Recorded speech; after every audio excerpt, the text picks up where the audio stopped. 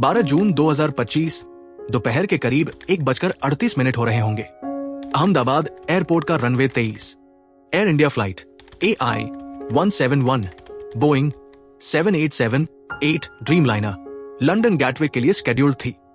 Boarding complete हो चुकी थी। पैसेंजर्स अपनी अपनी सीट पर बैठ चुके थे।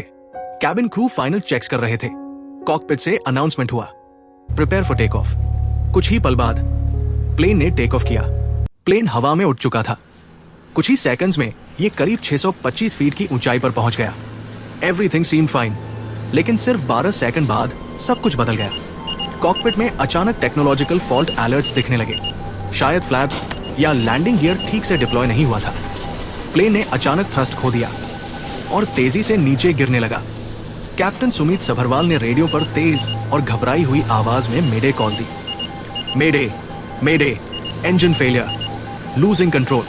मेडे कॉल यानी फुल इमरजेंसी।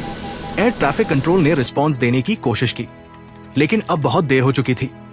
विमान बाई ओर टिल्ट करते हुए तेजी से नीचे जाने लगा, अहमदाबाद शहर के मेघानी नगर इलाके की तरफ। प्लेन सीधा जा गिरा बीजे मेडिकल कॉलेज के बॉयज हॉस्टल सी के ऊपर।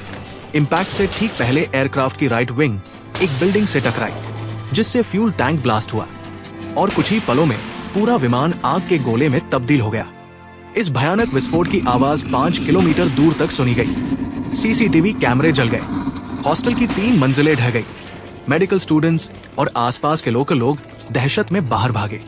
फायर ब्रिगेड, NDRF और इमरजेंसी टीम्स तुरंत एक्टिवेट हुई, लेकिन तब तक पूरा प्लेन पूरी तरह जल चुका था। सिर्फ मलबा, धुआं और राख बाकी बची थी। एयर इंडिया ने पुष्टि की है कि अहमदाबाद एयरपोर्ट से लंदन जा रही उसकी फ्लाइट में सवार 241 लोग मारे गए, जब प्लेन टेक ऑफ के कुछ मिनटों बाद ही दुर्घटनाग्रस्त हो गया।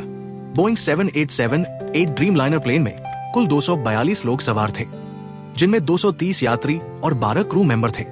यात्रियों में शामिल थे 169 Indian citizens, 53 British citizens, 7 Portuguese citizens and 1 Canadian citizen.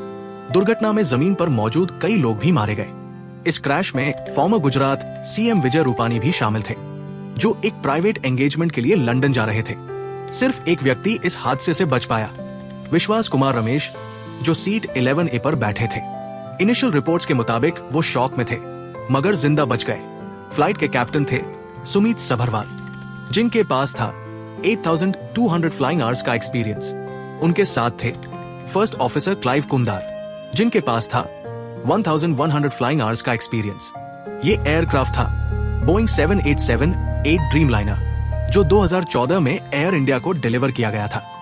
Crash के बाद बोइंग ने स्टेटमेंट जारी कर कहा, we are in touch with Air India and Tata group and stand ready to offer full support. इससे पहले भारत का सबसे भयानक हवाई हादसा हुआ था 12 नवंबर 1996 को, जब सऊदी अरब एयरलाइंस और कजाकिस्तान एयरलाइंस की 2 फ्लाइट्स हरियाणा के चरखी दादरी के आसमान में आपस में टकरा गई थी।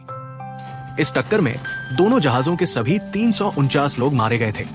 नो सर्वाइवर्स, नो वार्निंग, 349 जाने, सिर्फ एक गलती की वजह से। और अब करीब 3 दशक बाद अहमदाबाद प्लेन क्रैश।